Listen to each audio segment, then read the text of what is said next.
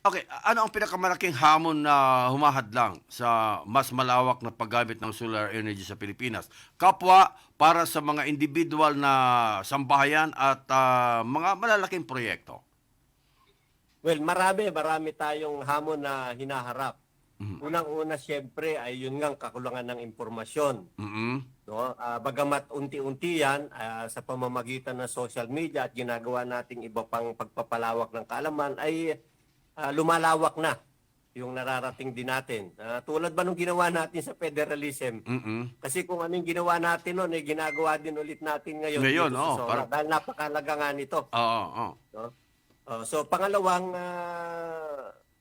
hamon sa atin ay yung sistema ng financing.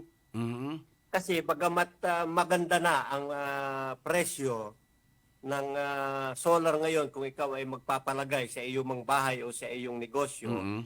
ay siyempre marami sa mga kababayan natin ay walang available na cash.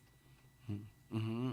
Di Ah, ba? Halimbawa, ikaw nais mong magpalagay sa palagay, bahay oo. mo, siyempre wala ka namang instant cash na available eh. Yes, oho. Dahil marami kang pinaglalaanan ng Mhm. panggastos. Isang So, problema nga yan.